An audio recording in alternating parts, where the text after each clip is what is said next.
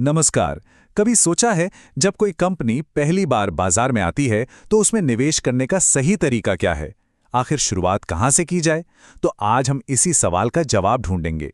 हम Excel soft technologies के IPO prospectus की एक-एक परत खोलकर देखेंगे।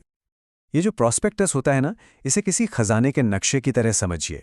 ये आपको कंपनी के छिपे हुए खजानों तक भी ले जा सकता है, लेकिन साथ ही ये भी बताता है कि रास्ते में गड्ढे और जाल कहाँ कहाँ हैं। तो असली सवाल ये है कि इस 500 पन्ने के नक्शे को आखिर पढ़ा कैसे जाए। तो हमारी आज की पड़ताल में हम सबसे पहले इसी नक्शे यानी प्रोस्पेक्टस को समझने की कोशिश करेंगे। फिर एक्सेल सॉफ्ट टेक्नोलॉजीज की दुनिया में उतरेंगे, उनके आईपीओ ऑफर और उनकी आर्थिक सेहत को जानेंगे। और हाँ, सबसे आखिर में हम एक निवेशक की नज़र से देखेंगे कि कौन सी बातें खतरे की घंटी हैं और कौन सी हरी झंडी। तो चलिए सबसे पहले एकदम बुनियादी बातों से शुरू करते हैं। आखिर ये आईपीओ होता क्या है और ये रेड हेरिंग प्रॉस्पेक्टस ये क्या बला है? देखिए, ये जो रेड हेरिंग प्रॉस्पेक्टस या आरएचपी होता है, ये किसी कंपनी की डेटिंग प्रोफाइल जैसा है। ये कंपनी की सारी अच्छी बातें बताता है, उसकी ताकत, उसकी कमाई, सब कुछ। लेकिन अच्छी बात यह है कि ये ईमानदारी से अपने रेड फ्लैग्स यानी कि अपने जोखिमों के बारे में भी खुलकर बताता है। बस एक चीज इसमें नहीं होती, और वो है शेयर की फाइनल कीमत। वो तो बाद में तय होती है। अच्छा, जब कोई कंपनी पब्लिक होती है तो ये एक बहुत बड़ी पार्टी देने जैसा होता है। हर कोई उस पार्टी में आना चाहता है, पर सबको एंट्री नहीं मिलती। तो आईपीओ की पूरी प्रक्रिया ये पक्का करती है कि सब कुछ नियम कानून से हो। सबसे पहले कंपनी आरएचपी फाइल करके पार्टी का ऐलान करती हैं। फिर निवेशक बोली लगाकर आने की इच्छा जताते हैं। फिर कीमत तय होती है और शेयर बांटे जाते हैं। और आखिरकार कंपनी स्टॉक मार्केट में लिस्ट होकर पार्टी शुरू कर देती है। चलिए अब सीधे उस कंपनी से मिलते हैं जिसकी पार्टी की हम इतनी देर से बात कर रहे हैं। तो आखिर ये एक्सेल सॉफ्ट टेक्नोलॉजीज है कौन और करती क्या है? एक्सेल सॉफ्ट टेक्नोलॉजीज को आप एजुकेशन की दुनिया का एक हाई टेक ट्यूटर समझ सकते हैं। ये टेक्नोलॉजी की मदद से स्टूडेंट्स को बेहतर सीखने में और टीचर्स को बेहतर पढ़ाने में मदद करती है। मतलब ऑनलाइन एग्जाम की निगरानी से लेकर सीखने के लिए प्लेटफॉर्म बनाने तक ये सब कुछ करती है। और जो बात इसे सबसे ज्यादा दिलचस्प बनाती है वो है एआई और एलएलएम्स पर इनका फोकस। मतलब ये भविष्य की टेक्नोलॉजी पर बड़ा दांव लगा रहे हैं। जरा सोचकर देखिए, मान लीजिए किसी का एक रेस्टोरेंट है। अगर उसके सारे ग्राहक एक ही मोहल्ले से आते हैं तो ये एक जोखिम है। उस मोहल्ले में कुछ भी गड़बड़ हुई तो धंधा ठप।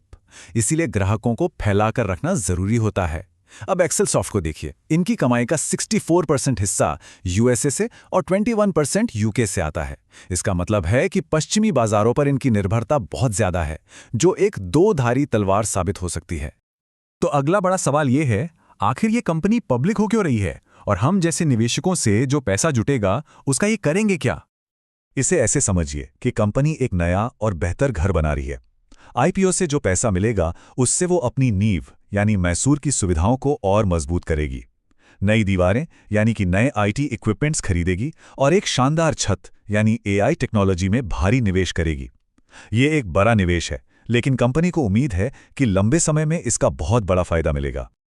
चलिए अब सीधे नंबर्स की बात करते हैं, क्योंकि किसी भी कंपनी की असली कहानी तो उसकी बैलेंस शीट में ही छिपी होती है।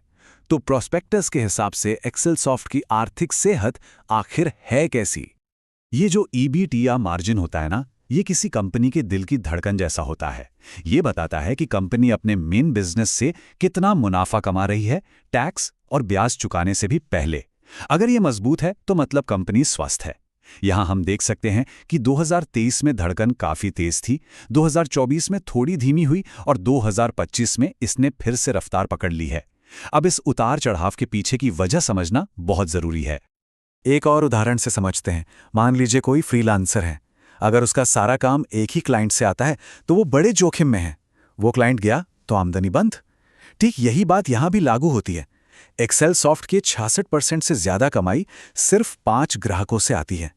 ये एक बहुत बड़ी निर्भरता है। अगर इनमें से एक भी बड़ा ग्राहक हाथ से निकल गया तो कंपनी की कमाई पर सीधा और बड़ा असर पड़ेगा।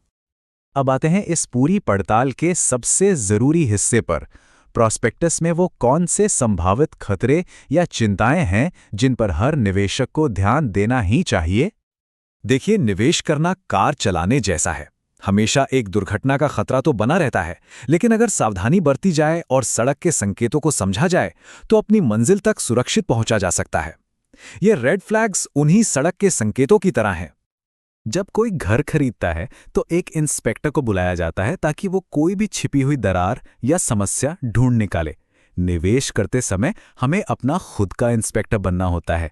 तो प्रोस्पेक्टस के हिसाब से यहाँ कुछ बड़ी दरारें हो सकती हैं, जैसे कि कुछ ही ग्राहकों पर बहुत ज्यादा निर्भरता, एडटेक बाजार में गलाकाट कंपटीशन और डेटा प्राइवेसी के सख्त कानून जिनका पालन करना जरूरी है। तो क्या इसका मतलब सब कुछ खराब ही है? नहीं, बिल्कुल नहीं। अब सिक्के का दूसरा पहलू देखते हैं। वो कौन सी ताकतें और अवसर हैं जिनके बारे में कंपनी ने बताया है? हर कहानी का एक मजबूत पक्ष भी होता है।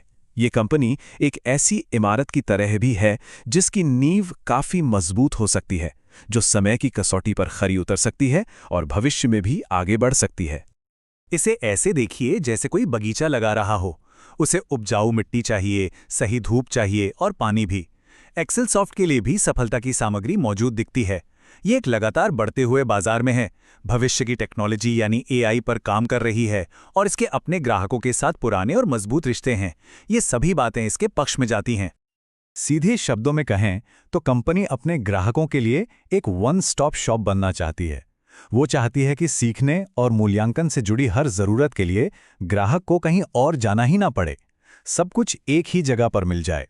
यही उनका मुख्य मिशन है और शायद यही उनकी सबसे बड़ी ताकत भी बन सकता है। तो प्रोस्पेक्टस ने हमारे सामने सारे पत्ते खोल दिए हैं, कंपनी की ताकत, उसके जोखिम और भविष्य के लिए उसकी योजना। अब सवाल ये है कि इन सब बातों को जानने के बाद किसी को क्या लगता है? क्या एक्सेल सॉफ्ट टेक्नोलॉजीज में निवेश करने का जोखिम उठाया जा सकता है? इस सवाल का जवाब हर किसी के लिए अलग होगा, जो उनकी अपनी समझ और जोखिम लेने की क्षमता पर निर्भर करेगा।